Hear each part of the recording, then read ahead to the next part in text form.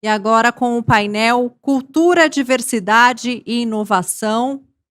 Vou fazer uma introdução sobre o tema, mas já vou chamar aqui o coordenador do painel, que é o Andrés Gribnikov, consultor, representando a Argentina, e teremos mais convidados. Eu vou fazer o seguinte, eu vou chamar então os convidados que já vão se acomodando e aí eu vou fazer a introdução do tema, acho mais fácil. Bom, teremos então, para debater esse eixo, Moisés Medrano, da Universidade de Cartagena, Colômbia. Georgina Glusman, CONICET, Argentina. Ricardo Piquet, do Instituto de Desenvolvimento e Gestão, Brasil. Andréa Nogueira, SESC Brasil. E Carlos Villaseñor Anaya, Unesco, México. Todos já vão se acomodar. Novos vínculos para o acesso e a inclusão. Cultural, digital em tempos de mudança, o diverso e o comum na Iberoamérica tornam possíveis novas oportunidades de acesso à cultura. O espanhol e o português são duas línguas que contêm dentro de si múltiplos recursos para se conectar com a diversidade de nossa região. Trabalhar com novos públicos e desenvolvimento de audiências, novas perspectivas de gênero, programas que incluam minorias, cultura de vizinhança e comunitária projetada para o espaço público, experiências inovadoras em espaços culturais, novas tecnologias e plataformas digitais para a circulação de conteúdo. São todas instâncias concebidas para alcançar maior acessibilidade e equidade cultural para os nossos povos. Quando falamos sobre divisão digital, nos perguntamos qual é o papel social das línguas na inovação e na inclusão. Bom, então ficou essa reflexão, já vou passar a palavra ao nosso coordenador, Andrés Gribnikov. Bueno, muchas gracias, muito obrigado. Muchas gracias a todos los presentes y a quienes están... que estão presentes e aqueles que estão assistindo através das plataformas digitais. Bom, depois dessa apresentação, eu gostaria de dizer que dentro desse eixo de cultura, diversidade e inovação, colocamos dois subtemas, aquele que falamos ontem, que falava do impacto da cultura na economia, aquilo que chamamos de economia criativa e como a economia pode ser uma ferramenta para o desenvolvimento econômico, para criar empregos e também a melhoria de qualidade de vida. Então, aqui vamos falar sobre a contribuição da cultura para o acesso, para a inclusão social, para o desenvolvimento humano nesses tempos de mudanças. Temos três questões aqui que vão ajudar a pensar um pouco essa nossa mesa. A região ibero-americana, como sabemos, ela é muito ampla, diversa, complexa, mas é urgente encurtar essa lacuna de inequidade social que gera desigualdade digital e fraturas sociais que fazem difícil as possibilidades de acesso, de ser parte, as possibilidades de participação. Esses processos de exclusão têm se incrementado e demandam as oportunidades de resiliência, as oportunidades de integração, as oportunidades de participação e, em definitiva, a construção de cidadania. Eu gostaria de compartilhar com todos os senhores as perguntas, duas perguntas. Se estamos trabalhando para conseguir um melhor e maior acesso ao cultural, colocando aqui a nossa diversidade linguística como um recurso diferencial, como uma oportunidade que temos para dialogar, para incluir-nos e para ter acesso. E a segunda pergunta é quais são essas variáveis que, desde a cultura, podem favorecer o diálogo intercultural entre as nossas comunidades, que são tão diversas, mas também que têm muito em comum. Aqui vejo a Moisés, que concorda com o que eu estou falando. Então, aqui nesse momento, vamos falar, e dentro do que foi colocado aqui, os objetivos de desenvolvimento sustentáveis do da Agenda 2030, vamos falar de acesso cultural, interculturalidade, novos públicos e audiências, novas perspectivas de gênero, cultura comunitária e participação social, de inclusão de minorias, direitos culturais, desenvolvimento cultural no âmbito local, patrimônio cultural intangível. Vamos falar de interculturalidade e democracia cultural. Então, sejam todos bem-vindos aos nossos palestrantes. Eu vou apresentar a Moisés Medrano, da Colômbia. Ele é da Cartagena, tem um doutorado em Ciências da Educação, é um trabalhador humanitário formado na Faculdade de Ciências Sociais da Universidade de Cartagena e Sociologia na Universidade de Ciências Sociais, Artes e Humanidades. Ele foi, durante 10 anos, mediu a diversidade linguística do governo de Colômbia para os coletivos afrodescendentes, comunidades negras e aqueles desde o Ministério de Cultura da Colômbia. Atualmente, ele é docente e pesquisador da Universidade Rafael Núñez de Cartagena e ele, um prazer tê-lo aqui na nossa conferência. Bem-vindo. Boa tarde. Eu posso caminhar? Posso descer? Posso fazer minha apresentação assim? Posso ficar aqui com o público? Pode descer? Posso descer? Posso, sim, ok.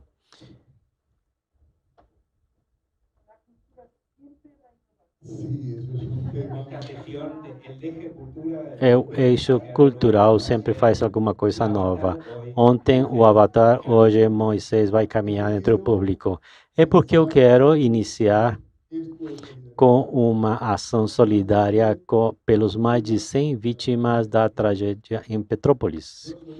Eu sou um trabalhador humanitário. A minha vida passada, quando existia uma situação dessas no meu país ou em qualquer lugar do mundo que eu trabalhei, eu estaria lá. Levantando entulho, movimentando terra e movimentando as pessoas que estão no fundo do que já foi sido apresentado nesse espaço. Então, gostaria de dar essa saudação solidária para o pessoal de Petrópolis e é importante que sempre temos que ter uma visão ampla do país que nos encontramos e esse componente é importante. Eu gostaria de iniciar dessa forma toda a minha solidariedade com as famílias. Sabemos tudo o que isso significa, a perda de uma vida humana dentro de um desastre natural e acredito que aqui devemos nos juntar nessa dor. A dor não pode ser só delas e deve ser uma dor coletiva.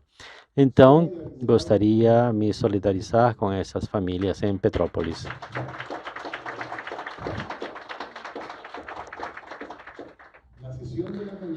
No período da manhã, um dos participantes, Jorge Fernando Negrete, está aqui. O Jorge fechou a sua apresentação falando que o que não se nomeia não existe. E esse slide aqui é uma frase que eu gosto muito da Hannah Arendt, que diz a mesma coisa para mudar, e melhor dito, para conectar a sessão da manhã com a tarde. Vamos falar aqui do reconhecimento.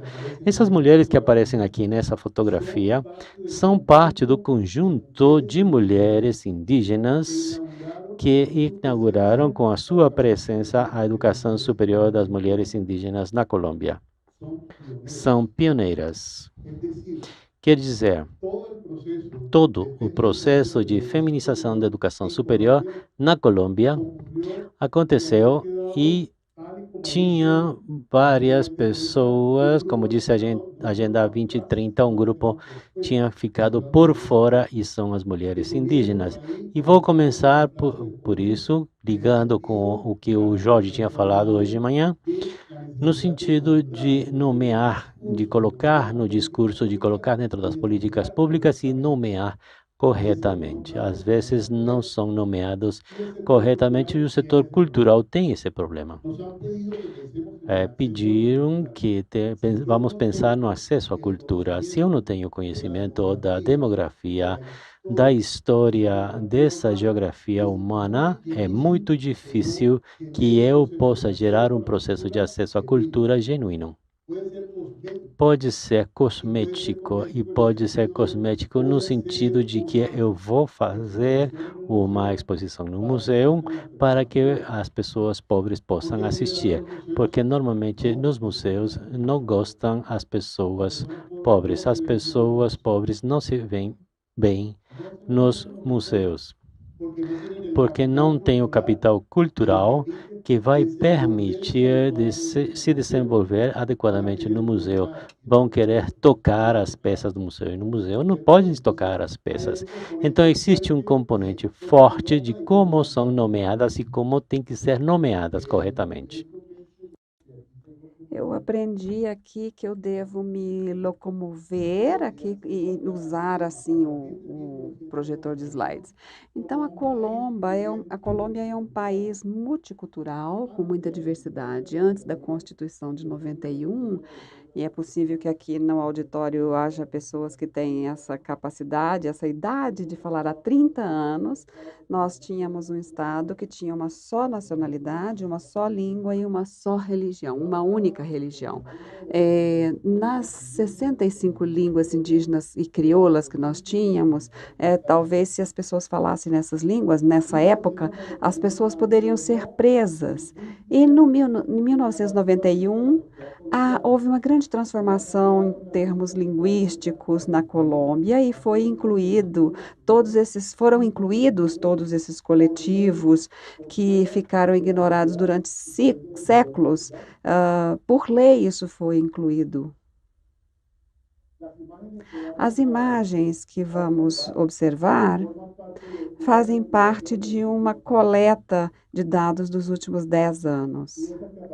Esta que aparece aqui tem a ver com como são nomeados graficamente. Eu sou fotógrafo e na fotografia nós não temos que dar muitas explicações. E simplesmente uma revista decidiu colocar na capa um grupo de mulheres brancas e a produção da fotografia convidou 2 mulheres negras que fizessem parte do cenário. A resposta de outra revista foi desnudar as mulheres negras. E a resposta foi bastante complexa, tanto quanto a provocação do mesmo exercício. E neste mesmo extremo aparece um componente muito sensível e doloroso, que é como nomear as crianças negras nas escolas. Não são procuradas ou chamadas pelo nome, são chamadas de negrinho, negrinha, e nós não podemos cair neste conto de que eu estou falando isso por carinho. Isso não existe. Então, esse exercício de nomear também acontece com os povos indígenas. Temos aqui um enfrentamento entre cidadãos indígenas, e você pode perguntar a uma pessoa onde está o processo editorial, onde está o processo de reconhecimento de 30 anos da Constituição, que estabelece que somos uma sociedade pluriétnica e multicultural. Há vários comentários ofensivos que aparecem aqui na notícia, e os comentários que estão abaixo formam parte do cotidiano da Colômbia. Um comentário de maio de 2021 no Twitter, e o anterior é de 2019, e a dos cidadãos indígenas aí que se enfrentaram, essa imagem é do ano passado. Então, nós estamos nesta sociedade que tem 65 línguas indígenas, 2 línguas crioulas, que aceitam a língua romani ou românica como parte da paisagem linguística, e que inclui e que traduz os acordos de paz para as línguas, que isso foi um trabalho muito honroso que foi realizado na Colômbia, mas que ainda insiste em estabelecer uma categoria social que define o lugar das pessoas numa sociedade de indígena, afros, populações LGBTI, mulheres em situação de risco, jovens em situação de risco, ou seja, há uma série de contradições no discurso estabelecido na Constituição de 91, há 30 anos, quando surge esse espaço de inclusão e de reconhecimento, e o que nós temos no cotidiano da sociedade colombiana. Vimos um exercício maravilhoso recentemente, que foi a entrega de uma caixa aqui cheia de livros. A cultura tem esse poder de gerar uma série de referentes e de discursos novos. Na tela, nós temos um homem, temos um homem na tela, que foi homenageado no ano da pandemia, quando fez 100 anos. É o Manuel Zapata, antropólogo, médico, um grande conhecedor do universo da diáspora africana e da diversidade. Ele, através da literatura, conheceu muito. E temos aí os vários títulos da coleção afrocolombiana aí ao lado, os livros da coleção. Então, temos a língua paliqueira, que é uma língua da diáspora africana, e foram incluídas também nessas obras as mulheres, fazendo um exercício, muitas vezes, que parece ser um exercício de métrica: quantas mulheres, quantas do Pacífico, quantas do Caribe, quantas jovens, quantas adultas. E esse exercício parece ser um pouco esgotante, mas é um exercício necessário para que tenhamos representação.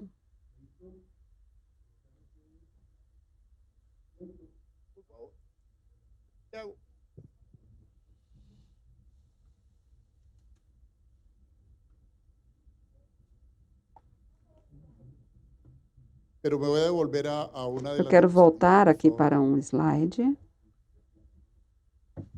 Meu Deus. Isso. Leighton, venga, como me devuelvo a la anterior, por favor. Vamos voltar ao anterior. Carolina, por favor. Carolina, você pode ajudar? Essa. Quero finalizar com essa diapositiva. Eu quero finalizar com esse slide, que mostra uma série de expressões que, no caso da gravação, foi um acidente durante a pandemia, então deixaram aberto o microfone e foi gravada uma conversa de 5 minutos, na qual funcionários do governo colombiano expressavam ódio pelos povos indígenas. Foram 5 minutos, mas esses 5 minutos servem para mim na universidade, servem para explicar o que é o preconceito e a interculturalidade, explicar o que são categorias sociais que se rompem pela lei, mas que não se rompem na questão identitária. A necessidade e o acesso à cultura passa pela necessidade de reconhecer os sujeitos indígenas, afros, LGBTQIA+, ou populações com deficiências e vítimas também, e são todos eles atores relevantes e sujeitos históricos. Apagar esses elementos históricos, nomear esses elementos como elementos fundamentais, como elementos de reconhecimento, isso sim é parte da agenda que queremos construir na Colômbia. O exercício da literatura, e no caso da coleção de literatura que foi entregue, é um dos exercícios mais potentes que temos. Existe uma forma de desarmar as armas, e isso se faz a partir da leitura. Você, na leitura, se encontra consigo mesmo e surgem várias referências que são transformadoras. Eu quero agradecer uma vez mais ao OEI e ao Andrés por permitir fazer esse exercício. Estou muito feliz de voltar ao Brasil. A minha professora de língua paliqueira me mandou um aviso que chegou há pouco tempo. Essa língua é uma língua da diáspora e eu procuro aprender essa língua porque somos sujeitos da diáspora. Então, cada um de nós, como eu dizia, como foi dito aqui, é um viajante. E ser um viajante depois da pandemia é um privilégio enorme. Eu quero, então, agradecer ao Andrés. Muito obrigado por sua atenção. Muito obrigado, Moisés. Bom, como temos pouco tempo, vamos deixar alguma das perguntas para o final e assim podemos avançar com a mesa e que talvez, diferentemente de ontem, possamos fazer depois uma rodada de troca entre vocês mesmos, até pelos perfis que vocês têm. Agora eu vou falar da Georgina. A Georgina é argentina, ela é doutora em História da Arte pela Universidade de Buenos Aires. Ela tem um currículo grande, eu não vou ler todo ele. Apesar da idade pouca que ela tem, ela recentemente foi curadora também de uma exposição do Museu Nacional de Belas Artes, que se chamou O Cânone Acidental Mulheres Artistas na Argentina, que trata de um período da história da arte que vai de 1890 a 1950. Depois de muitos anos de pesquisa, foi possível documentar e exibir esse catálogo que foi publicado pelo Museu Nacional de Belas Artes, Mulheres Artistas Visuais, deste período da história que antes estavam invisíveis.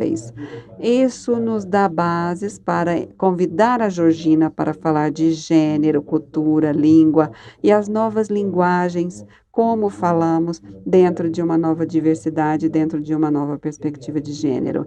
Então, a partir da Argentina, com muitos anos de lutas pelas novas perspectivas de gênero, lutas feministas, LGBTQIA+, e todos esses fenômenos que estão ocorrendo e que, de alguma forma, nos levam a este cenário destacado, mais inclusivo e diverso, mas ainda falta muito por fazer. Então, a Georgina vai falar da sua perspectiva dentro deste marco.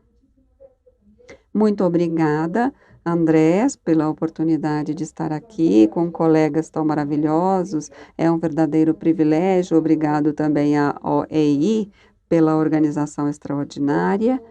E como foi dito pelo Andrés, eu vou falar de um projeto que foi uma experiência de trabalho complexa, que surgiu primeiramente como uma pesquisa acadêmica e que depois passou por um processo de transformação incrível, desde o mundo acadêmico, que sabemos que funciona como torre de marfim, que tem limites muito concretos, com barreiras de acesso, às vezes até com publicações pagas, apesar de ser funcionária pública, porque eu sou pesquisadora de carreira, muitas vezes, pelo meu próprio trabalho, eu tenho que entrar nesses circuitos que às vezes preservam essas informações, que contêm essas informações. E desta experiência, eu passo para uma experiência de ampliação ou modificação radical do público com o qual eu trabalho. É um trabalho acadêmico, mas também é parte do meu ativismo e da minha militância em geral. O processo de passar de uma pesquisa acadêmica para um público tão vasto como este que comparece ou que visita o Museu Nacional de Belas Artes.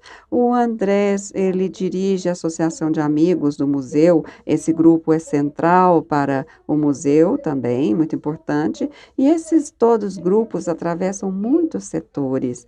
Eu vou falar de por que o cânone acidental e essa mostra de mulheres artistas alcançou, no meio da pandemia, uma diversidade enorme de departamentos dentro do próprio museu.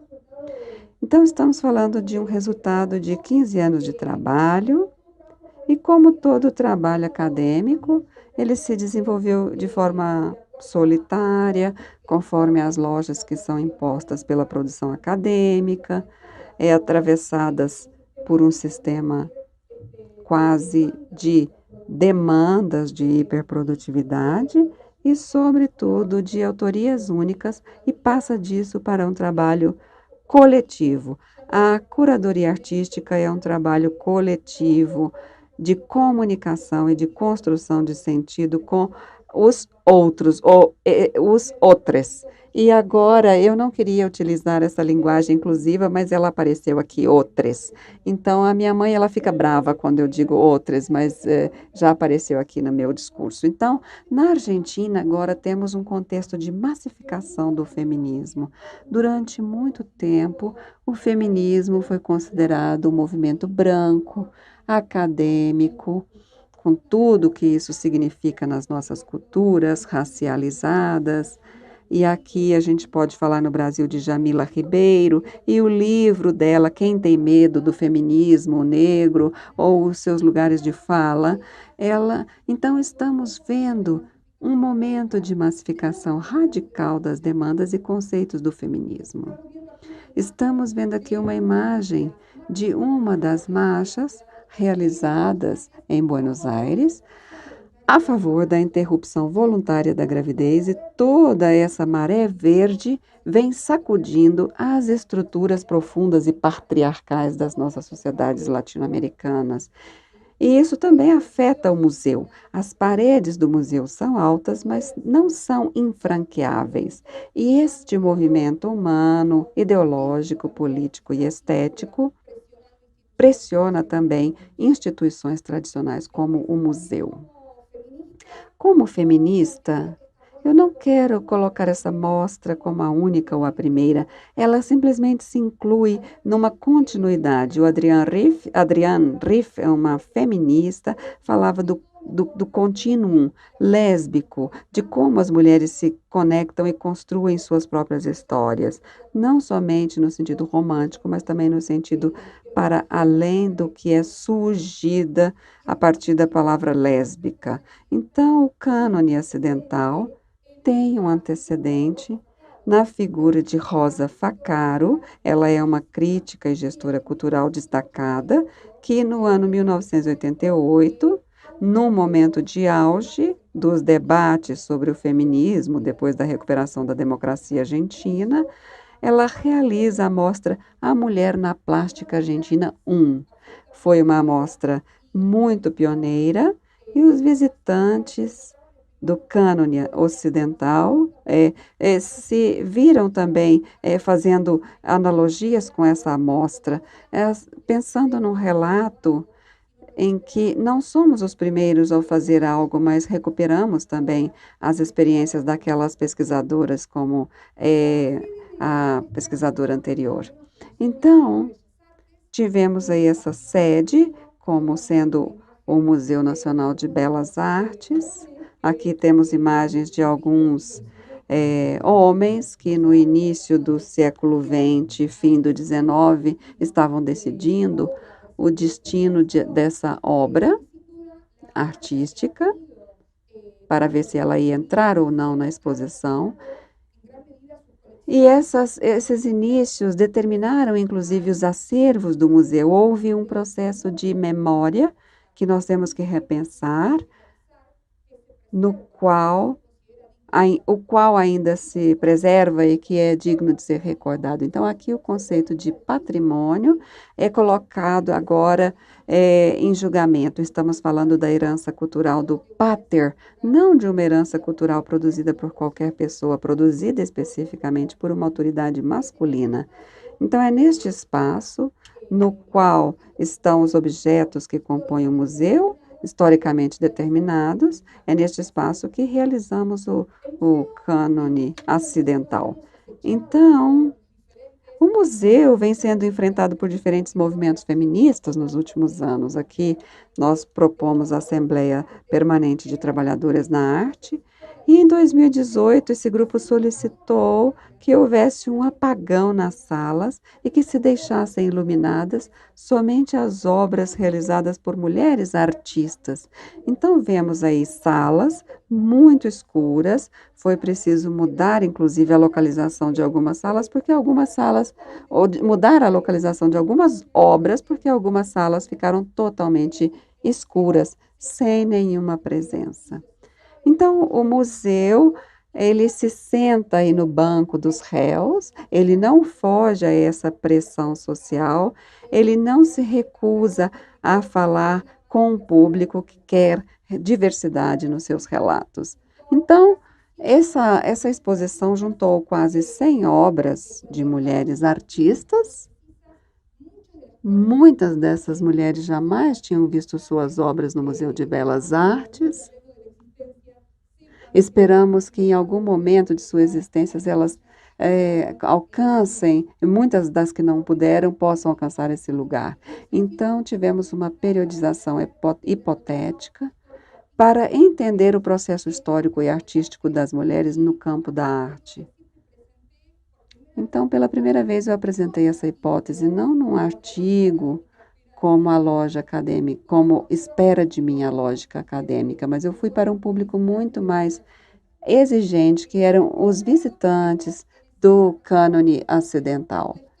Então, colocamos a história das mulheres como trabalhadoras da arte, educadoras, artistas, e as mulheres também na sua autoconstrução como artistas. As mulheres escrevendo as suas autobiografias, utilizando a linguagem escrita para deixar as suas experiências de uma forma tangível. Um elemento fundamental, que foi um fator determinante para o cânone ocidental, foi a pandemia. A pandemia cruzou as atividades que nós realizamos, nos levou a tomar decisões, algumas delas muito positivas. O museu, então, apostou neste microsite com publicação de todas as obras, as biografias das mulheres artistas e também lançou material extra e o catálogo. E a ideia era contribuir para a atualização de programas, de planos de estudo e que não dependêssemos de comprar um livro ou de ter uma capacitação específica. Cada docente em qualquer parte do mundo já pode começar a fazer uso dessas imagens e pode também ter acesso aos textos e a materiais extras que não estavam disponíveis na amostra. Fizemos também um seminário que fez parte do programa público.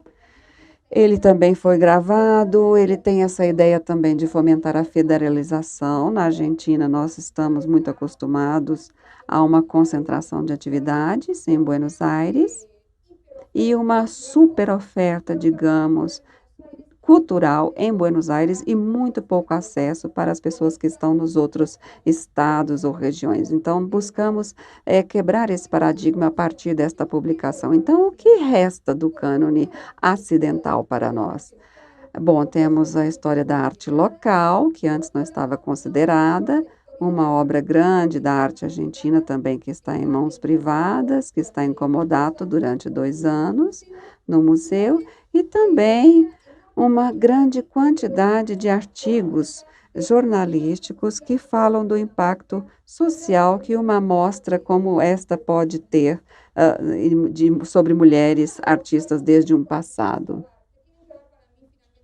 E também, para que serve a história da arte? O que nós nos perguntamos pode ser o estudo de coisas muito bonitas, tudo isso é importante, mas a história da arte também é o estudo de como constituímos as nossas identidades, de como constituímos os nossos corpos, a nossa sexualidade, a nossa forma de viver.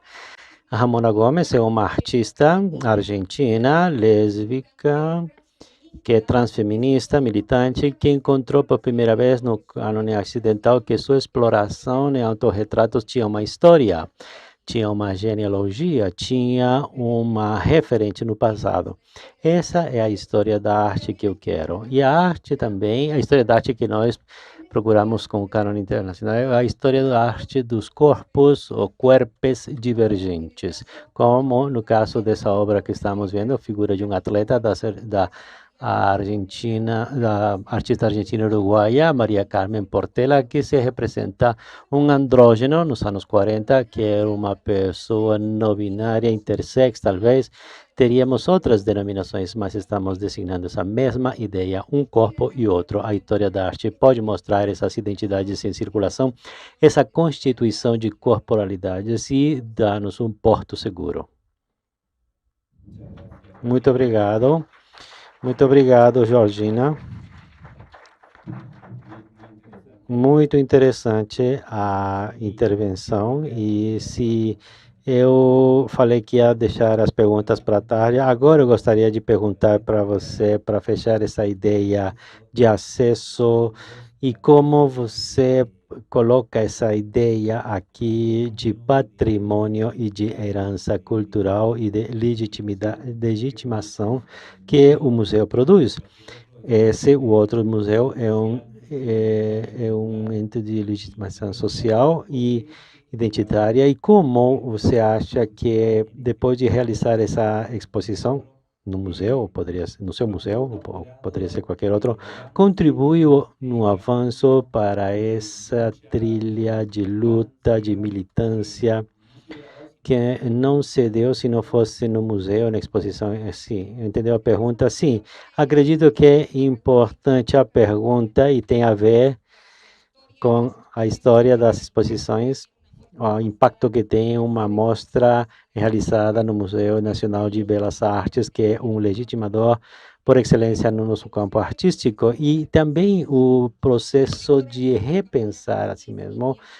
O grupo de trabalhadoras de direção artística do museu estão informadas pelo feminismo. Sim, o cânone ocidental forma parte de o interesse de revalorização e revisão das coleções. Sem dúvida, ao ter todo esse acervo sem explorar, se faz muito visível, mas também abre a porta para que se mude a museografia, que se mudem as coleções permanentes e que cada vez mais os nomes de mulheres sejam mais normal e não sejam uma exceção. E sem dúvida, o caminho de trabalho que está se realizando no museu é um caminho para desnaturalizar a sua própria história. Lógico, não é o mesmo museu que era antes da exposição. É o mesmo que acontece com o público, aquele público que não ia. Aqui é o contrário, é o acesso do criador, da criadora, de criadore, ela já me ensinou o novo termo, criadore, o acesso de les criadores a esse tipo de grado de institucionalização que o museu propõe, que vai acontecer com o mesmo que o público antes que não tinha acesso. Sim, as muralhas do museu têm que ser dóceis para adoptar e adaptar tudo o que está acontecendo fora essa maré de gênero de reclamos feministas. Muito obrigado, Georgina. Palmas para a Georgina. E a questão de acesso da pauta para dar as boas-vindas a Ricardo Piquet, que é o presidente do Instituto de Desenvolvimento e Gestão do Brasil, um modelo muito interessante e inovador para a gestão de museus públicos, que está a cargo do Instituto, e gostaria de escutar a sua visão sobre essa rede de museus, a possibilidade de acesso, o desafio que tem aqueles que têm de desenvolver novos públicos, e acredito que você nos vai falar de alguns dos casos mais interessantes do Instituto e desse modelo de governança que pode ser mencionado assim, que tem muito a ver com o que estamos falando. Bem-vindo. Bom, vou estrear aqui a fala em português, já que estamos falando de línguas, e gostaria muito que nós todos estivéssemos falando portunhol, né? Seria mais integrado, mas eu vou tentar falar um pouco mais lento, normalmente eu falo muito rápido para ajudar na compreensão, mas obrigado, Andres, obrigado à OEI pelo convite. É um prazer estar aqui com a mesa diversa e tão rica. Contar um pouco para vocês de uma experiência nossa em relação a como nós trabalhamos para tornar mais acessível aquilo que nós produzimos em termos de cultura, né? Então, nós somos o IDG, uma instituição sem fins de lucro, instalada desde 2001, dedicado hoje na gestão de ativos de cultura e de meio ambiente no Brasil, né? Aqui nós temos alguns números grandes, nós trabalhamos já com 19 equipamentos, já recebemos nesses equipamentos mais de 7 milhões de pessoas, 9 projetos que tocamos, alguns nessa área de desenvolvimento e outros na área de gestão de equipamentos, né? Não valeria listar todos, mas, como comentamos na paralela com o Andres, nós gerimos alguns equipamentos e o mais emblemático dele hoje é o Museu do Amanhã, no Rio de Janeiro, talvez o museu mais visitado do Brasil. Temos outras iniciativas aqui que não vou ter oportunidade de comentar, mas é um projeto um museu de cultura do frevo em Recife, recentemente um museu que nós vamos desenvolver em São Paulo, Museu das Favelas, dentro do Palácio dos Campos Elíseos. estamos montando um com o governo do estado do Rio Grande do Sul, que é o Museu da Educação, além do Memorial do Holocausto no Rio, que nós vamos abrir em abril. Bom, e seguimos nessa mesma linha. Eu trabalhei muitos anos, há quase 25 anos, nessa área. Eu digo que no século passado eu fui engenheiro, mas hoje eu não me lembro mais disso. E trabalhando com patrimônio histórico, depois com projetos de educação, cultura e meio ambiente, tive a oportunidade, o privilégio de participar de várias discussões sobre línguas, linguagens, patrimônio histórico construído, tangível e intangível, a construção, o desenvolvimento do Museu da Língua Portuguesa em São Paulo, depois o Museu do Futebol, depois de tantos outros, mas decidi mirar na capacidade ou na melhoria da gestão desses equipamentos até para torná-los perenes. Há muito investimento e muita disposição, principalmente na área pública, na área política, de abrir um espaço e nem sempre se lembram de fazer um projeto de manutenção desse espaço, de gestão desse espaço. Por isso que nós entramos nisso. Mas indo direto aqui ao nosso exemplo, o Museu do Amanhã. O Museu do Amanhã é um museu de ciência, dedicado à ciência aplicada, né? E que foi desenvolvido na época, e eu trabalhei na Fundação Roberto Marinho, naquela época, para se trazer para o Rio de Janeiro um espaço de debate sobre mudanças climáticas. Fomos avançando até decidir lá atrás esse nome, quando eu já estava fora da Fundação Roberto Marinho, e esse museu foi construído com o propósito de discutir dois grandes temas da atualidade. A sustentabilidade, que é a relação com a natureza, a nossa relação com a natureza, obviamente, e a convivência, a nossa relação com nós mesmos. Como fazer isso dentro desse espaço, e a partir desses dois grandes pilares éticos, nós endereçamos todos os conteúdos, todos os debates, todos os seminários, todas as exposições desse Museu do Amanhã, né? Essas perspectivas nos trouxeram a oportunidade de discutir vários temas, né? E como a gente está falando aqui de uma discussão mais humanizadora da nossa coletividade, eu vou me dedicar um pouco nesse aspecto, sem desmerecer toda a relação com a natureza, os debates muito atuais, as exposições. Aliás, hoje nós temos uma exposição sobre a Amazônia e que também aborda o povo da Amazônia. São mais de 25 milhões de pessoas, brancas, negras e indígenas, que moram e aí nem sempre são lembradas nos debates globais, né? Os debates globais tendem a buscar só a imagem do verde, da preservação, do não tocar, quando existem milhares de pessoas que ali dependem daquele território e também querem o seu desenvolvimento, a sua melhoria na qualidade de vida. Quem puder ir ao Rio de Janeiro, estão todos convidados. Mas nós trouxemos nessa linha de abordagem, aí eu falar um pouco sobre o desenvolvimento da linguagem de um espaço museal, né? Como a gente traz um determinado conteúdo para poder oferecer a um cidadão comum. Todos os museus que eu participei da discussão, o público, ou os diversos públicos, tinham que ser tratados da mesma forma e, de preferência, a acessibilidade para todos. Só para dar um exemplo para vocês, quando nós decidimos as narrativas que iam ser colocadas no Museu da Língua Portuguesa, nós tínhamos por baixo da Estação da Luz em São Paulo mais de 1 milhão de pessoas circulando todo dia. Então a nossa meta era trazer um conteúdo para aquela população que circula ali embaixo. Um usuário do metrô, do ônibus, teria que ser capaz de se identificar naquele Museu de Língua Portuguesa, que é a sua língua, seu patrimônio. E assim trabalhamos para isso. Da mesma forma como pensamos nesse museu, nós construímos narrativas para que as pessoas pudessem, primeiro, serem impactadas ao entrar no espaço desse, depois serem conduzidas por essas narrativas para melhorar a sua reflexão, na grande maioria das vezes, sair de um espaço desse com mais perguntas do que respostas, pelas suas provocações, e sair, ao final, com uma sensação de ganho, de orgulho por ter participado daquela experiência. Na língua portuguesa, de descobrir que o patrimônio da língua que ele fala é tão rica, é tão global, é tão misturada, como ele bem conhece. No Museu do Futebol, por exemplo, nós resolvemos contar uma história de 100 anos da história do Brasil pelo futebol. Ambos museus antropológicos. E conseguimos, com resultado em pesquisa, bons efeitos. Aqui é a mesma coisa.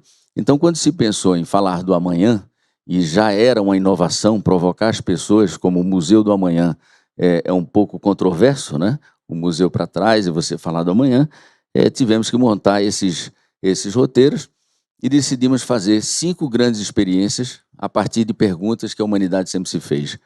De onde viemos, quem somos, aonde estamos, para onde vamos e como queremos chegar lá. Então, essa foi a orientação de toda a experiência no Museu da Manhã, todas elas alinhadas à agenda das ODS da ONU. Aqui alguns números que nós conseguimos, e aí mais do que a quantidade, é a qualidade desse público. Nós conseguimos trazer cidadãos comuns, cidadãos que normalmente não eram vistos, como o Moisés falou, como público de um museu. Museu é para a elite, né? Nós temos 50% desse nosso público não são habituais de museus. 22% declararam que nunca tinham ido no museu antes na vida. É claro que nós entendemos que é um número um pouco maior, porque as pessoas, de uma certa forma, ficam constrangidas em assumir que jamais foram no museu antes. E dizer o seguinte, que desse público, nós começamos a trabalhar com um público especial, que eram nossos vizinhos.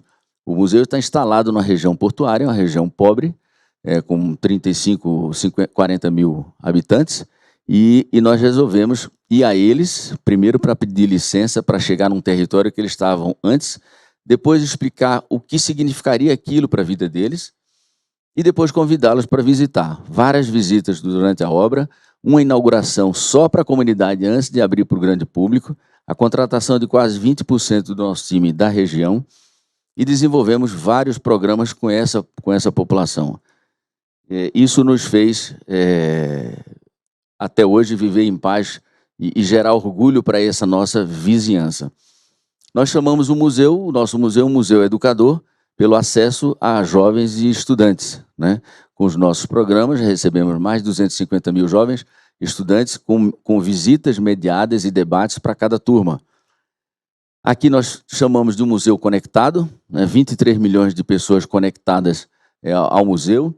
Eu devo dizer que o museu teve a sorte ou o privilégio de estar no momento adequado no Rio de Janeiro, abrindo em 2015, mas em 2016 foi o ano das Olimpíadas no Rio. Então recebemos diversos públicos e nos comunicamos com o mundo inteiro, e até hoje, nessa articulação institucional, usufruímos desse volume e diversidade de frequências no nosso museu. Todo o conteúdo é traduzido e com acesso através de uma assistente digital. Você escolhe a sua língua, português, espanhol, inglês, e claro, nós temos libras e temos maquetes táteis para respeitar todas as necessidades dentro do nosso museu. Aqui nós temos alguns reconhecimentos, mas dizer que um deles é especial, de ser considerado uma das melhores instituições em soft power, na capacidade de conversar com essa vizinhança, com essa nossa sociedade, com a comunidade do Rio, e desenvolver programas de engajamento de públicos diversos. Aqui eu poderia contar uma série deles, mas eu queria comentar basicamente sobre essa população da região, como eu comentei aqui, e desenvolvemos um programa de Vizinhos da Manhã que tem mais de 5 mil carteiras de vizinhos que podem frequentar um museu a qualquer dia do ano com um acompanhante. Isso você impacta em quase toda a comunidade se você for multiplicar a possibilidade de 3 ou 4 visitas por ano, até por conta das nossas exposições. E comentar aqui, que num café eu comentava com Moisés, de uma experiência riquíssima. Nós administramos as bibliotecas Parque do Estado do Rio de Janeiro, que era um projeto maravilhoso e que foi encerrado por falta de recursos. E lá nós tínhamos um problema, como receber os moradores de rua. E as pessoas chegavam sem tomar banho, sem vestimentas adequadas, e colocamos uma mediação social para conversar com eles e passarem a frequentar de outra forma. Conseguimos, com banho, com doação e com a mediação, passamos a ter quase 400 moradores de rua que não tinham endereço de casa, mas tinham a carteira da Biblioteca Parque do Estado do Rio de Janeiro. E desse público nós criamos um coral. Esse coral já circulou quase 2.000 pessoas lá, de um grupo de 40 integrantes, e quando a biblioteca fechou, nós levamos esse coral para o museu. Eles ensaiam até hoje, nas quarta-feiras, já fizeram várias apresentações, e são os melhores depoimentos que nós temos de interação com o que nós fazemos. Não daria tempo, mas eu vou falar de um deles, né, que não conseguiu sair das drogas e veio a falecer, e a irmã dele, que morava na Alemanha, de uma família com posses, e resolveu contar para a gente que ele pediu para, quando falecesse, as cinzas fossem jogadas lá no museu. E a irmã foi lá levar, do tamanho do impacto do tratamento e do trabalho que foi feito com esse cidadão quando ele estava nos seus piores dias. Aqui nós trabalhamos com vários programas de acesso, acessibilidade, na Praça Mauá, que envolve o museu. Aqui nós trabalhamos com gratuidade, e veja que quase 40%, mais de 40% do nosso público é gratuito. E vejam que esse museu, que é um caso específico, único no Brasil, é um museu público do município do Rio de Janeiro e não recebe recursos públicos. Esse museu é mantido 100% de recursos privados, claro, com incentivos fiscais, naturalmente, mas das suas próprias receitas. Então, é um trabalho muito duro, por uma equipe muito aguerrida, convencida que estão trabalhando, claro, por uma grande causa, e só por isso, dessa forma, nós conseguimos chegar aí.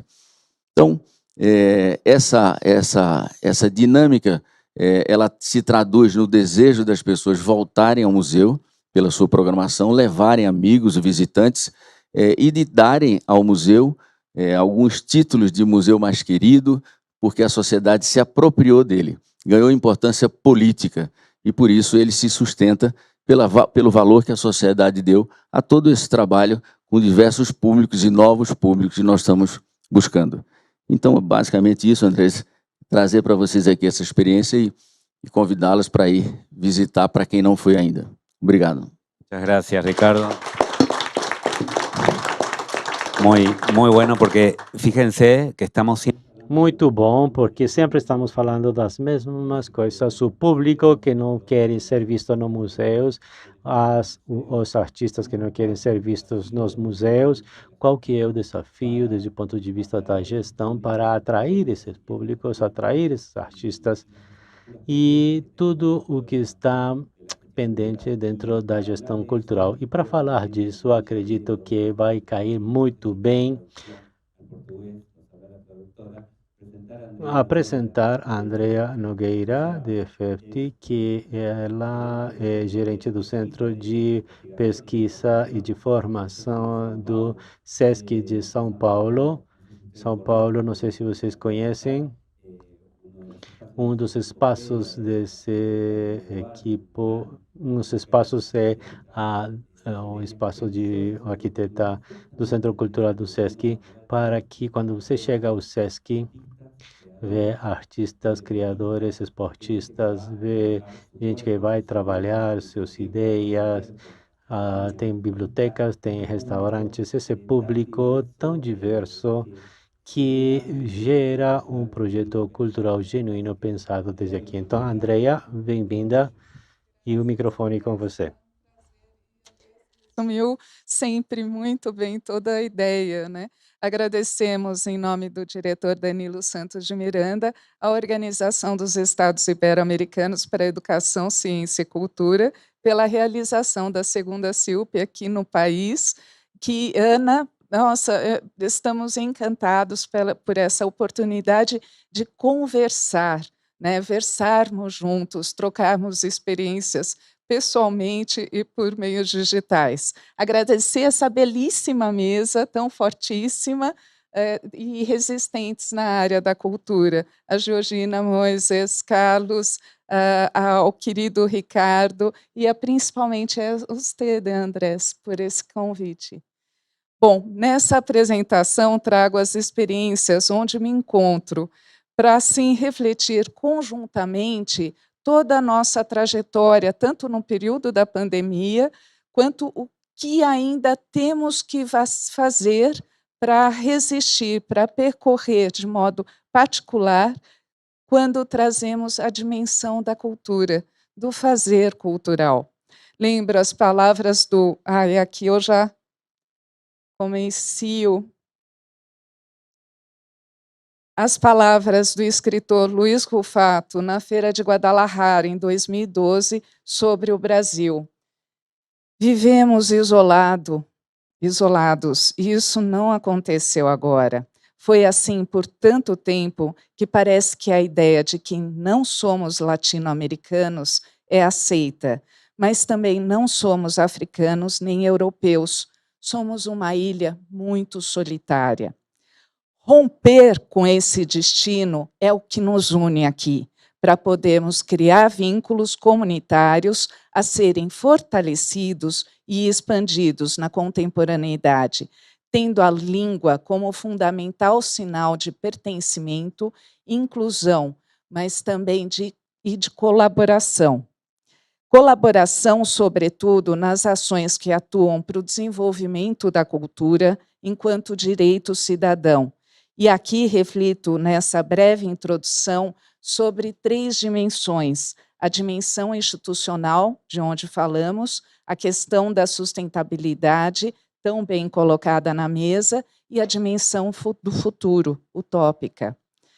Pela dimensão institucional, eu lembro Stuart Hall: a cultura é uma forma de compreensão do mundo, é o nosso substantivo, especialmente para uma instituição criada no período do pós-guerra, em 1946, e mantida pelo empresariado do comércio de bens e serviços, e voltada com uma finalidade pública, mas privada, né, sem fins lucrativos. No estado de São Paulo, contamos com 45 centros de cultura, artes, educação, alimentação social, turismo social, odontologia e cultura do corpo em movimento, voltada para jovens, crianças, adultos e idosos, irradiado por todo o estado de São Paulo, na capital, interior e no litoral. E aqui faço a menção também que o SESC preserva uma área de cerca de 60 hectares, quase 3 milhões de metros quadrados, do bioma da Mata Atlântica, a Reserva Natural SESC Bertioga, envolvendo uma relação fundamental entre ambiente e a própria sociedade.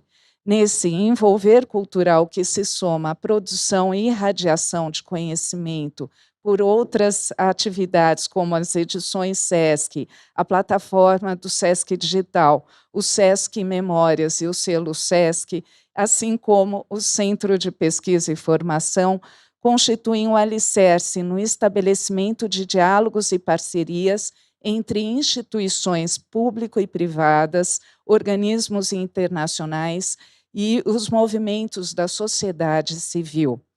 Desenvolvemos circuitos culturais que se ampliam para as regiões distantes do centro urbano, em nosso compromisso com a diversidade, com os públicos minorizados e construindo conjuntamente as ações e práticas estéticas e simbólicas, enquanto forma de atuação política. Como nos lembra nosso querido Danilo, para nós, o conceito de cultura sempre foi muito amplo e vinculado à educação. Nesse sentido, os conceitos de cultura e educação até se confundem, porque significam a preparação para uma vida melhor, a busca por um bem-estar para todos, em todos os aspectos. Aqui uma foto dele com a Jesuit Lincoln Center Orchestra, com o diretor Wynton Marsalis, num belíssimo trabalho de 2019, que se irradiou por várias unidades, trabalhando com a formação de músicos e, claro, com vários concertos. Bom, essa busca foi acentuada frente à experiência drástica da pandemia, e os impactos que tivemos ainda teremos muito tempo para ser compreendidos. E aqui lembro uma outra frase de Ortega y Gasset: nossas convicções mais arraigadas, mais indubitáveis, são as mais suspeitas. Elas constituem nosso limite, nosso confinamento e nossa prisão.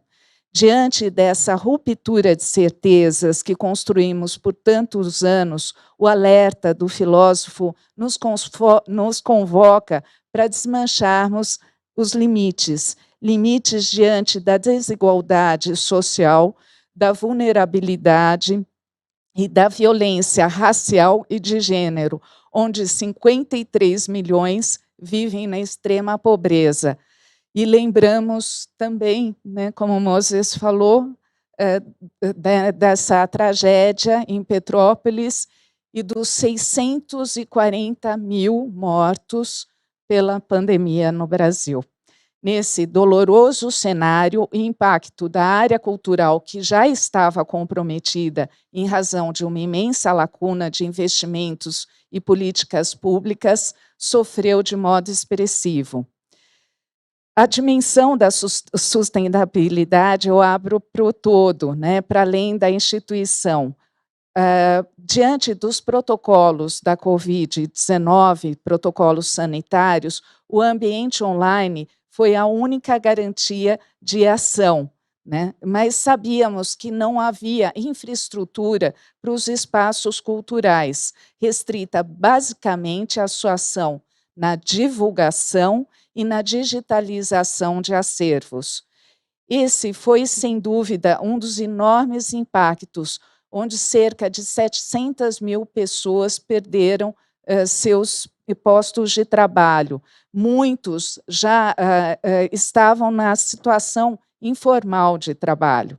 Situação que não foi tão pior, né, em razão da aprovação da lei emergencial de emergência cultural, a Lei Aldir Blanc, e das possibilidades oferecidas pelo uso das redes sociais e das plataformas sociais.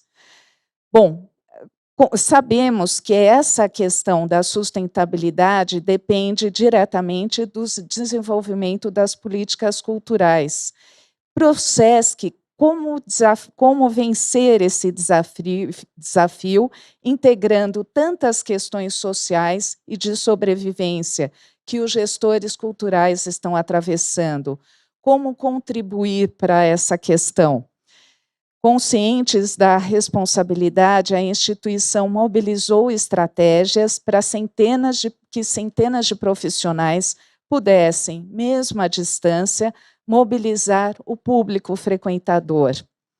A corporeidade rompeu a tela, provocou o sensível, tão necessário para as experiências artísticas.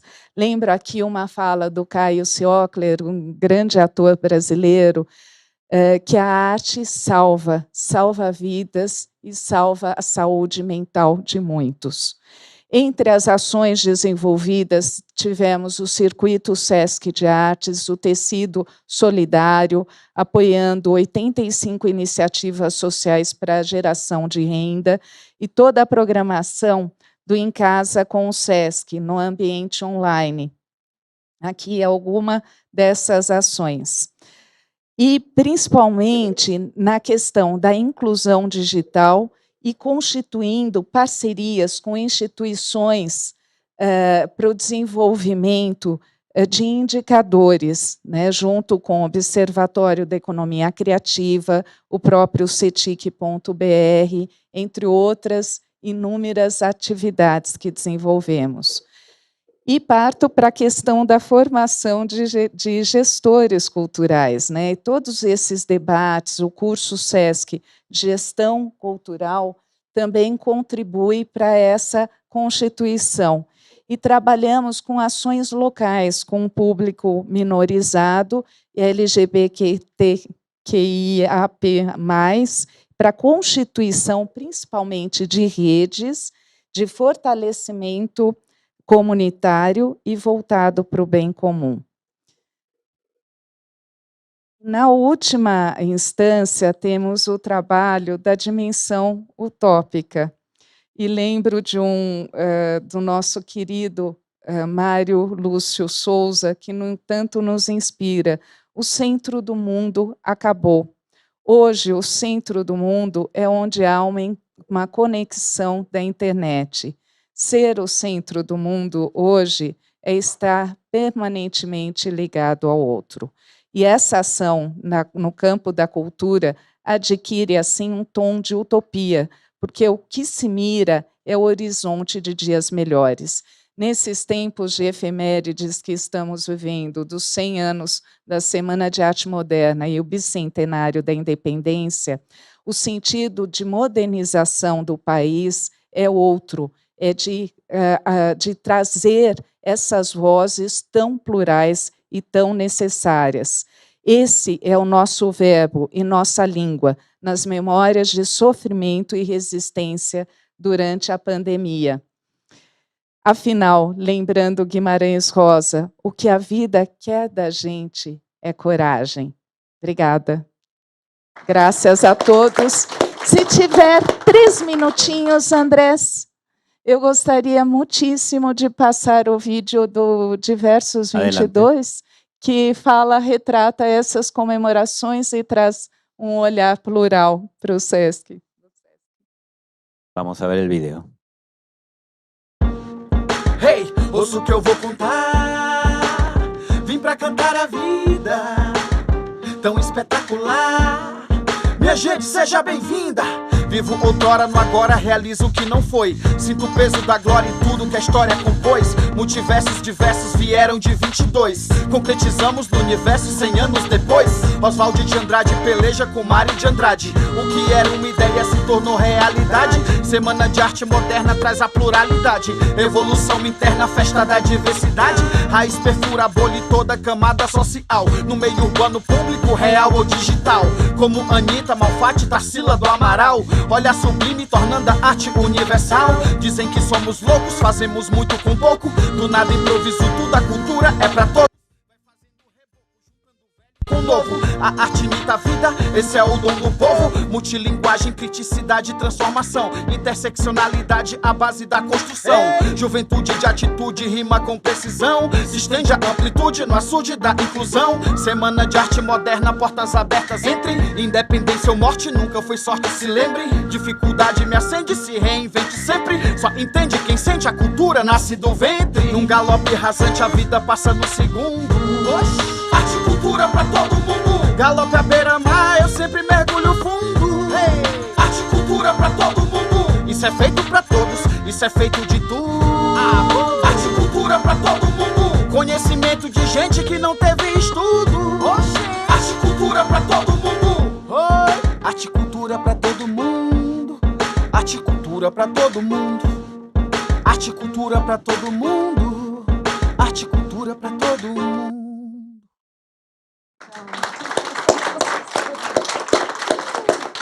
Muchas gracias, Andrea, muy inspirador. Muito obrigado, Andréa. Foi muito inspirador também esse caso do SESC. E é interessante também esse momento pelo qual vocês passaram, dentro de um projeto que propõe valores como o encontro, a presencialidade. E, num momento dado, vocês viram que todos ficaram em casa. Então, essa mensagem é muito interessante. São opções que vão contra esse modelo pré-estabelecido. Às vezes, as pessoas são colocadas em diferentes situações, vínculos com a espacialidade do setor cultural do SESC Pompeia, que parece uma cidade, né? Não é um lugar fechado, e de repente vem essa mensagem de que a arte agora vai ser acessada desde casa. Depois nós vamos falar disso. Agora eu quero apresentar a vocês o Carlos Anaya. Ele é consultor da Unesco, diretor-geral de Diversidade Cultural e Desenvolvimento, é uma ONG reconhecida pela Unesco. Ele trabalha, o Carlos é especialista, ele é advogado também, além de fotógrafo muito bom. Ele tira fotos excelentes, ele tirou fotos excelentes de nós aqui nesses dias. Ele é especialista em direitos culturais.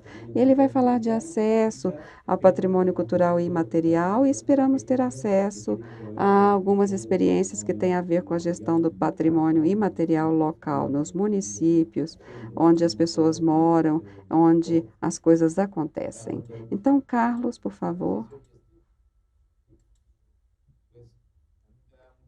Bom, é um prazer estar aqui Eu agradeço a Sergipe, a OEI, a mesma Unesco que facilita a minha presença aqui. Então, é sempre difícil ser o último participante da última mesa do Congresso, porque muito já foi falado.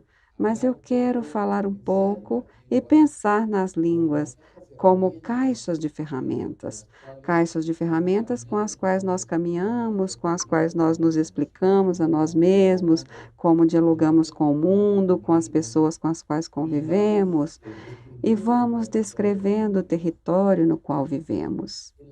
Na medida em que incrementamos as nossas experiências através das diferentes linguagens, através não somente da linguagem falada, mas também da linguagem escrita e artística, na medida de tudo isso, vamos gerando uma caixa de ferramentas muito mais potente que nos permite ir a outros lugares, permite caminhar por outras partes, permite conhecer outras pessoas. Então, no caso do português e do espanhol, são duas grandes pontes que são articuladas para a diversidade linguística latino-americana. Não existe um único espanhol, um espanhol neutro, um português neutro que está aí flutuando. São pontes. Por essas pontes passam mais de 600 diversidades linguísticas, 600 maneiras de estar no mundo, como dizia a Declaração do México de 1982. São bagagens que nos dão muitas maneiras de estar no mundo, são bagagens que nos explicam, que nos ajudam a estar num espaço com pessoas determinadas. As línguas descrevem não somente a poesia, a natureza, os valores, elas também descrevem as leis, descrevem as instituições, descrevem os sentimentos e as formas de nos relacionarmos. A palavra democracia não é a mesma coisa na América Latina do que em outras partes. Ela não significa uma tortilha ou um mole, que é um molho que temos, não significa a mesma coisa na tundra ou no gelo ou numa região mais fria. Então, o México, em 1982, já reconhecia essa tendência para que estivéssemos atentos às indústrias culturais, porque as indústrias culturais eram os meios através dos quais circulava a diversidade. Então, os países tinham que estar atentos às suas indústrias culturais, não pela questão econômica, mas especialmente para garantir a circulação daquilo que é próprio no universo dos conceitos, no universo das ideias. Passaram-se 40 anos, então, longe de fortalecer a circulação do próprio na sociedade de conhecimento, nós temos tentativas francas de reduzir essas caixas de ferramentas, de reduzir essas caixas para que elas caibam em 144 caracteres, reduzir essas caixas de ferramentas para que possamos levá-las à tecnologia das máquinas e que essas possam traduzir os códigos de um sistema a outro. E também com isso tudo vamos perdendo a riqueza de nos explicar a nós mesmos, explicar nossas paisagens, nossas montanhas, a nossa comida, a nossa dança, os nossos cantos, e o nosso cantar e a nossa maneira de estar no mundo. E eu acho que aqui é importante também considerar aquilo que surge na Declaração dos Direitos Universais sobre a diversidade cultural, que essencialmente diz que quanto maior a bagagem de combinações, maior a possibilidade de ser criativos. Então, na verdade, o que estamos fazendo é reduzir a nossa bagagem. Reduzir as formas como nos relacionamos, como explicamos, as formas como descrevemos o nosso território. Por uma parte, acredito que é muito importante e eu considero muito grave também que os estados devem pensar, pois se as pessoas não utilizam dentro dessa bagagem, não utilizam as referências territoriais, sociais do seu entorno imediato, vamos perder a essência do Estado. como vamos a gerar identidade a respeito de um Estado se não nos identificamos com suas leis, com seu território e com suas pessoas? Se vivemos isolados dos outros, atrás de uma tela, de uns audífonos, de uns fones, e perdemos as formas como vamos nos explicar nós mesmos isso no metaverso. Não existe a diversidade linguística, vai se falar uma língua e como já percebemos e como vimos recentemente, conseguimos adotar inconscientemente, mas de forma contundente, em poucos anos, uma linguagem hoje ainda rudimentar, mas que comunica a 2 bilhões de pessoas, mais que o espanhol, muito mais que o português, muito mais que o chinês, e são os emojis. No metaverso, você pode se comunicar com emojis. E não existe comida, não existe montanha, não mora aqui o quechua, nahuatl, maia, outras línguas. E não podemos falar que desde a perspectiva de Estado, porque vamos perder a essência do que são os Estados. Talvez seja muito primário, mas como vamos pedir a alguém pagar impostos se não significa nada para esse território, para esse Estado? Mas também gostaria de salientar a questão dos direitos humanos. Os direitos humanos não geram os Estados. Não é o Estado que vai dar a concessão de ter acesso aos conteúdos simbólicos. Não é a partir da permissão do Estado que podemos desfrutar das artes. É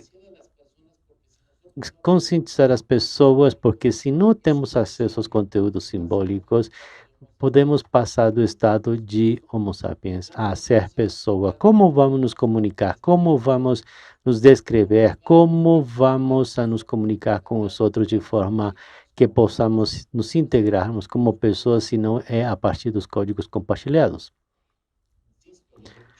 Os direitos humanos pertencem às pessoas, porque se não temos isso, não nos podemos realizar como seres humanos. E, tradicionalmente, colocamos os direitos humanos sob a ação do governo. Quando o governo impede que vamos contribuir para a vida cultural, sabemos que podemos ir diante da justiça para exigir e solicitar que comissário de Direitos Humanos acuda a essa nossa salvaguarda dos direitos humanos. Mas dentro das plataformas também demanda que como sociedade possamos dizer às plataformas, a esses âmbitos particulares, que nós solicitamos e requeremos o acesso aos conteúdos simbólicos, a diversidade dos conteúdos simbólicos para ser criativos e que é um direito das pessoas, inerente, que não pode ser limitado, ainda que não seja por um governo,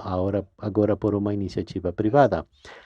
As plataformas, ainda que sejam sociedades anônimas de capital variável, devem começar a ser cientes das suas responsabilidades para garantir os direitos das pessoas e que cada um de nós temos.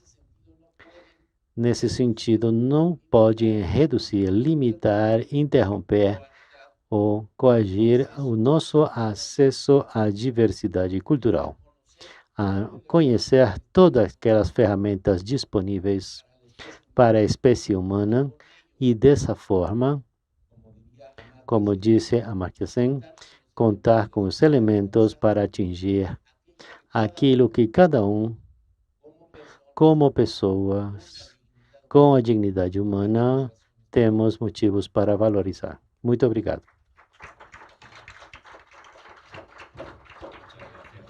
Muito obrigado, Carlos.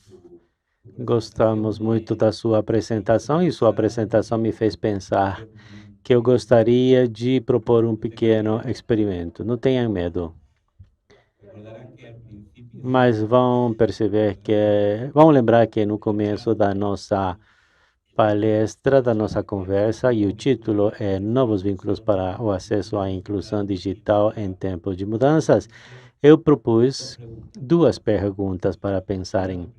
E agora, eu não sei se as perguntas sejam as certas, se estamos fazendo as perguntas certas, e quais outras perguntas poderiam ser feitas para continuar pensando em todos esses temas. Vou começar por Moisés. Se essas 2 perguntas, se estamos trabalhando para conseguir ou atingir um maior acesso, colocando a nossa diferença linguística como uma diferencial e oportunidades para o diálogo da inclusão. E a outra pergunta, quais são essas variáveis que a cultura pode favorecer para o diálogo intercultural entre as nossas comunidades que são tão diversas? Acredito que todos já colocaram aqui os mesmos temas e demos as voltas àqueles criadores que não enxergamos, o público que não enxergamos, aquelas pessoas que estão invisibilizadas dentro do espaço. Então, a minha pergunta é, essas são as perguntas certas? Estão certas? Estão erradas? Ou quais perguntas faltam?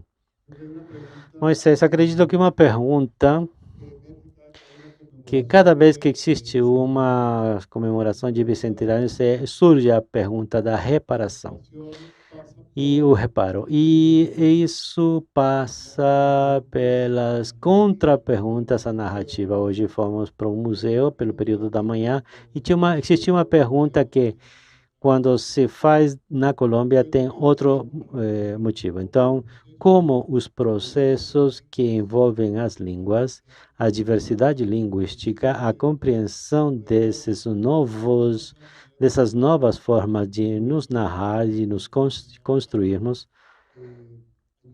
ajudam a reparar as dimensões dos conflitos contemporâneos, a reparar o confinamento. Acredito que existe uma necessidade de pensar na reconstrução e reparação de um tecido social depois do confinamento. Acredito que devemos refletir numa sala de aulas, quando voltemos já à presencialidade com esses nossos alunos, que antes eles nos enxergavam por uma tela e entravam agora na nossa casa, porque a nossa casa estava aberta através da tela. Então, sempre estou perguntando pela reparação. E a pergunta que eu, como homem caribenho, como homem negro de origem africana, como um homem da Colômbia, como um latino-americano, acredito que existem muitas perguntas para a reparação. Acredito que a linguagem inclusiva abre um caminho à reparação. Os museus abrem um caminho à reparação. O magnífico educador, e assim foi que se apresentou o nosso guia hoje no museu, no Itamaraty. Ele se apresentou como um educador. Então, que interessante essa dimensão reparadora das questões como foi do relacionamento tão perto entre a educação e a cultura, que às vezes esquecemos. E as variáveis, gostou e lembrou do rosto dos colegas do Conselho do Ministério da Agricultura, quando um sábado fomos convidados para falar sobre as questões relativas ao presidente Santos, e eu levantei a minha mão e disse: gostaria que esse governo garanta os direitos culturais das crianças, dos meninos e das meninas. E todos me olharam e ficaram admirados. Sim, garantir. Por que garantir? Sim, garantir. A Constituição da Colômbia diz que o Colômbia é um Estado social de direito. E começou uma discussão interessante. Carlos me lembrou, os direitos culturais são direitos humanos.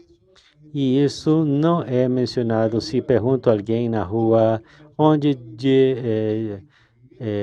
pedir o direito à moradia, tem o Ministério para isso, tem o Ministério da Água, tem o Ministério da Água e Educação, tem o Ministério da Educação, mas as pessoas que trabalhamos no setor cultural somos muito legal. está tudo bem, está chévere, uma palavra africana, e que fazemos uma contribuição que não está de acordo com a sociedade. Por quê? Porque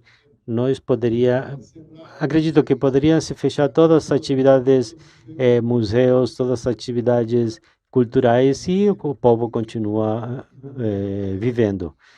E isso não vai afetar o convívio das pessoas. Então, eu me pergunto se temos que, dentro dessas variáveis, incluir a dimensão que temos que defender os direitos culturais como sendo direitos humanos. E que seja feito em português, que seja feito em portunhol, que seja feito em Lisboa, para poder ir para Portugal, que seja feito em Madrid, que seja feito aqui, no Rio, na Bahia, em Cartagena, que seria muito interessante fazer uma reunião em Cartagena, ir a Palenque para conhecer o umbigo da migração africana em América. Então, é uma pergunta sobre a reparação e uma variável como condição de pensar nos direitos culturais como sendo direitos humanos. Muito obrigado, Moisés, Georgina. É difícil depois do colega ter falado, mas eu gostaria de falar do desejo. Acredito que dentro de tudo que foi falado aqui está a questão do ensejo, como é pensado, sem dúvida, desde os sexos genéricos, desde o desejo de poder viver as nossas identidades, de poder viver os nossos corpos, de poder gozar da representatividade das instituições culturais. E acredito que o movimento LGBT e que mais é um modelo a ser seguido, um modelo de ação político, estético, comunitário, para que não nos calem mais. Existe um hashtag, aqui voltamos com a questão da circulação de contra-saberes pelas redes sociais e como nos reapropriar dessas plataformas que na Argentina surgiu há pouco tempo, que nos movimenta o desejo, é o hashtag. Isso surgiu, ao princípio, como uma demanda feminista que tinha a ver com a capacidade das mulheres de nos encarregar dos nossos próprios corpos. E esse movimento pelo desejo ultrapassou a outras áreas do político, da área cultural.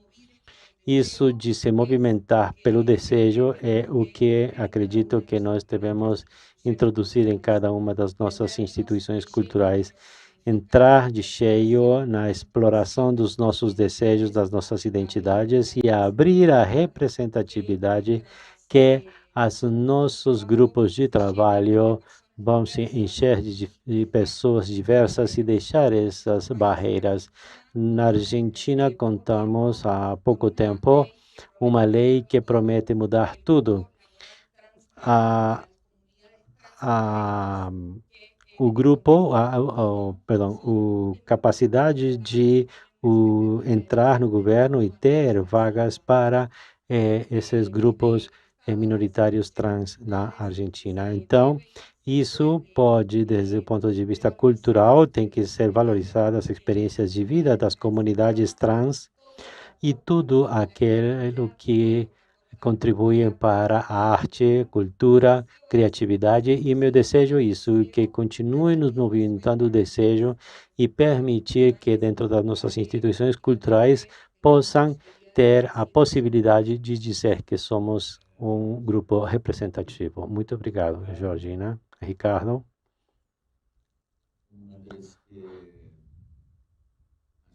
É sempre um desafio colocar mais perguntas no dia de hoje, mas eu queria primeiro falar um pouco de uma palavra que a gente usa, eu uso muito como fundamental em toda a sociedade, que é acesso. E a outra é respeito, né? Acesso e respeito, eles precisam andar juntos, E cada vez que a gente se depara com um problema, com instituição, com desafios, a gente sempre pergunta por que não aumentar, não ampliar o acesso? E por que não exercitar mais o respeito? Eu acho que essas duas palavras podiam transformar o mundo do ponto de vista da convivência, da nossa melhor convivência. Mas eu endereçaria essas duas palavras numa outra reflexão, que é sobre o poder dos privilegiados. Nós aqui somos privilegiados. A gente interage com a elite intelectual, com a elite econômica, com a elite de opiniões ou de acessos, e nem sempre com os respeitos que nós desejaríamos, mas perguntar que responsabilidade social é essa de cada indivíduo, que eu sempre disse, nesses últimos 25 anos, que não é igual. A responsabilidade social de um cidadão, ele depende do poder de influência que você tem na sua sociedade. Um cidadão que cuida de um jardim, e somente de um jardim, ele tem uma responsabilidade. Um professor tem outra responsabilidade, porque fala e forma jovens. Um líder, um artista, um jogador de futebol, um presidente da República tem uma responsabilidade altíssima e ele não tem mais o direito, por se dispor a estar naquele lugar, de falar qualquer coisa ou de fazer qualquer coisa. Ele precisa responder. Um dia eu acho que nós teremos uma legislação que diga e mensure o tamanho da responsabilidade para que ele responda pelos seus atos. Qualquer líder, qualquer professor, qualquer estudante mais privilegiado e que tenha acesso. Então, essa pergunta que eu deixaria é como invocar, engajar as lideranças pela sua responsabilidade que tem na sua sociedade. Eu acho que seriam essas duas questões que eu deixaria aqui. Muchas gracias, Ricardo. Andrea? Bom, é uma questão que nos perpassa sempre, e a questão da autonomia crítica, ela é de fundamental significado, né, para a área que trabalha com a educação não formal. Sobretudo, a educação como grande caminho para conquistarmos essa autonomia, e tivemos nessa experiência, né, junto da pandemia, o significado da solidariedade, né, desse trabalho conjunto colaborativo. Esse é a maior constituição, o maior aprendizado para essas resistências. E dentro disso, acreditamos no processo de formação colaborativa, né, porque aprendemos conjuntamente. E quando falamos da Semana de Arte Moderna, 100 anos atrás, havia uma natural necessidade de descolonização, né? E descolonização no sentido de busca de identidade e de visibilidade para essas identidades. Então, hoje, estamos problematizando tanto os centenários, essas efemérides, com essa perspectiva, né? Os brasileiros, quem são esses faroleiros que o Mário de Andrade tanto nos avisou, né? Que não são apenas os faróis que lançam as luzes. Eles estão ali, eles acompanham e são, sobretudo, protagonistas, personagens dessa história que tanto foram invisibilizados. Essa é a hora, é chegada a hora. Obrigada. Gracias, Andrea. Carlos? Pues mira, Acredito que o grande desafio que estamos enfrentando agora é recobrar a diversidade criativa da espécie humana para poder ter elementos para poder sair adiante dessa crise que estamos enfrentando hoje. Não podemos esquecer que hoje vamos a cumprir 40 anos da Muyakurti, que é no México, no meu país, onde foi realizada há 40 anos. Existem fortes pressões no âmbito internacional para que Muyakurti se trate do digital, da economia criativa. Acredito que, como sociedade, devemos promover que Muyakurti trate esses dois grandes problemas que entre cultural e desenvolvimento cultural, que são os direitos culturais e a sua relação com o desenvolvimento sustentável. Acredito que essa é a discussão de fundo, não são as agendas locais, não é uma discussão, insisto, sobre economia criativa, mas sobre os direitos culturais, o que significam os direitos culturais no desenvolvimento sustentável no diverso mundo de hoje, onde estamos hoje o risco que enfrentamos no 82, o que nós percebíamos que era o fim do mundo bipolar da Guerra Fria, que aconteceria depois da queda do Muro de Berlim. Enxergávamos que acabava uma narrativa do mundo e uma história, e acabava uma história, uma forma de narrar a história hoje, com maior vemos que adiante é a possibilidade de que o mundo acabe, ou pelo menos a espécie humana da forma como conhecemos. Sim, longe de falar da economia criativa, se longe de falar da digitalidade, percebemos como incrementar a densidade criativa que vai contribuir desde a dignidade humana a mais da metade da população do mundo que não teve acesso aos elementos mínimos da sua dignidade, podemos incrementar a massa criativa da espécie humana no dobro e, dessa forma, ter a criatividade necessária para resolver esse grande desafio. Acredito que desde a Unesco estão as convenções aqui para poder promover e proteger a diversidade das expressões, que existam mais expressões circulando, mas também o trabalho de fundo é salvaguardar os nossos conhecimentos, as nossas técnicas de expressões, que são soluções desde o local, desde o próprio, que formam parte do repertório que é a dignidade da espécie humana. Se mobilizamos tudo isso, se na forma do manejo da água, da cultura dos maias, das quechuas, da forma de cantos dos italianos, porque não pode ser, encontramos soluções para a grave crise que ameaça a existência do planeta ou da espécie humana, estaremos fazendo o certo. Se vamos procurando outras questões, merecemos desaparecer como espécie. Muito obrigado. É assim que você termina. Eu não sei vocês, mas eu vou sair dessa mesa aqui, nossa, com um pouco de medo, mas também com novas ideias. Novas ideias que permitem construir esses diálogos para o acesso, para a inclusão, para a vida, que era proposta por esse painel. Então, eu agradeço a Georgina, ao Ricardo, ao Moisés, a Andréa, a Carlos, por essa contribuição de todos os senhores para esta conferência CILP 2022. Muito obrigado à OEI. Eu vou entregar agora para a nossa apresentadora. Obrigado.